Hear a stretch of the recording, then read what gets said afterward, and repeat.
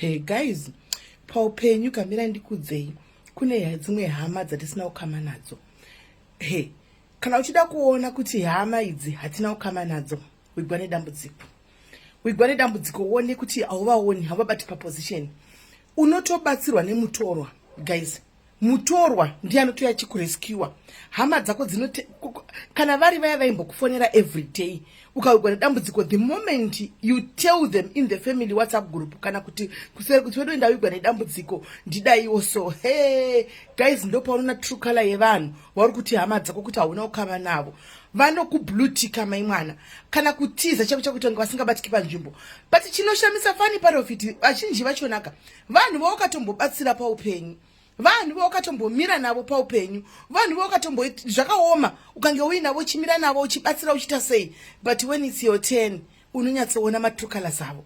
Unotoona idzo dzatinoti hama dzedu dzatisina ukama nadzo idzi ndiro zvakare timu irori rinenge richiti wawigwa nedambudziko rinomhanya richifamba kumaraini ese kona to kona richiudza vanhu richienda kunoudza vanhu vekuchechi and everything. Mazozvinzwa here vari kusangana zvakadai musazotaura kuti maudzwa neni. Hey, makazozvinzwa here vari kusangana kadai zvakadai so musazotaura kuti ndinda kuudzai. Timu irori hama idzi dzagaizika ihama dzedu chaidzo dzimwe blood chairo but hatina ukama nadzo.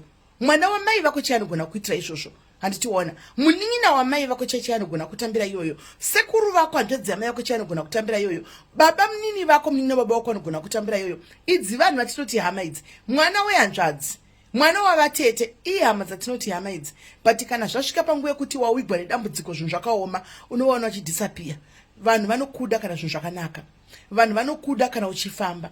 Vanhu vanokuda kana uchiya kumba kwavo, uchivachiya kumba kwako, uchivabikira tea, uchisakirimora. Vanhu vanokuda kana vachiti pakati functions, pakati anything problem zvikataurwa, unoita fork, unoita chip in, wobatsira nepaunogona napo. Ita dambudziko rako iwewe maigai uone kuti kuvhara mafoni kublutika unotanga kuudzwa matambudziko asipo mai mwana ini zvikazodai zvakatondiomerawo ini zvikazodai zvakatondiombera ini zvakatodai zvikazono.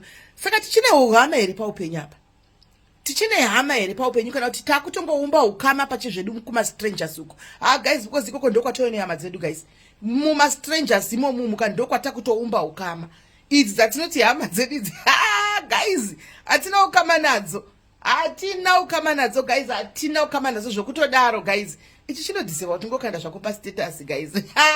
Hama ngadzizvinzwire guys. Aiwa, ndangotaura chokwadi hatisi kurwaba.